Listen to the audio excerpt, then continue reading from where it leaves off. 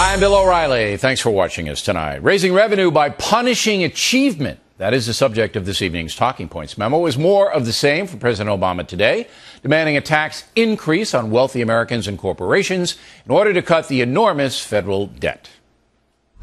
Explained by somebody who's making $50 million a year in the financial markets should be paying 15% on their taxes, when a teacher making $50,000 a year is paying more than that, paying a higher rate. They ought to have to answer for that. Well, Mr. President, I do have an answer. Of course I do. Number one, you're talking about long-term capital gains tax, currently at 15%. But you and your pal Warren Buffett never say that. You equate the 15% cap gains tax with the federal income tax. That is not fair. That's because capital gains tax is levied on profits from invested money that has already been taxed. Let's take me, for example.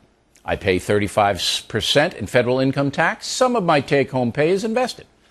And if I make some money on the investment, the government comes right back at me for 15% of it, or more if I make the profit in less than a year.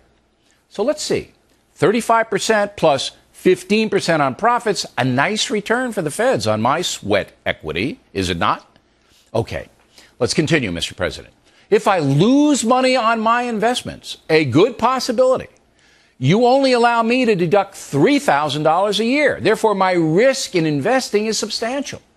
Now, you want to up the ante on my winnings, but you don't say how much because the stock market will go nuts if you do.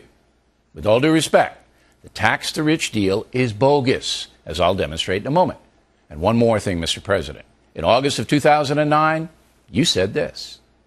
The last thing you want to do is to raise taxes in the middle of a recession because that would just take more demand out of the economy and put businesses in a further hole.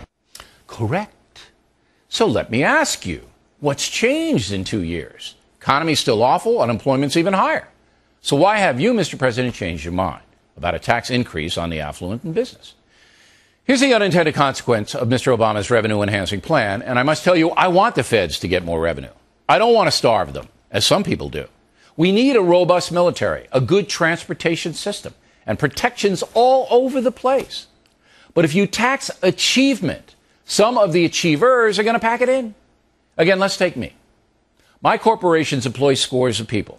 They depend on me to do what I do, so they can make a nice salary. If Barack Obama begins taxing me more than 50%, which is very possible, I don't know how much longer I'm going to do this. I like my job, but there comes a point when taxation becomes oppressive. Is the country really entitled to half a person's income?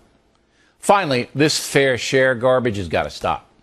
Right now, taxpayers with incomes above $1 million represent just 0.2%, not 2%, 0.2% of all income tax returns. Yet the million-dollar babies pay 21% of all the federal income tax. Fair share, Mr. President? You make the call.